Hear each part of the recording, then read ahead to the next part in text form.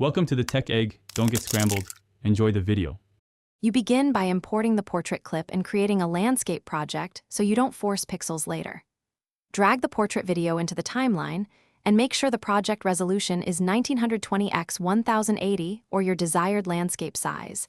This prevents stretching artifacts. Once done, set the frame rate to match the original clip, 24, 30, or 60 FPS, so motion stays natural. Keep an unedited copy of the original file. That gives you a fallback if you need to reframe or restart. Now reframe the subject for landscape. Open Transform and use Scale and position X/Y to place the person or main action in the horizontal center or rule of thirds point.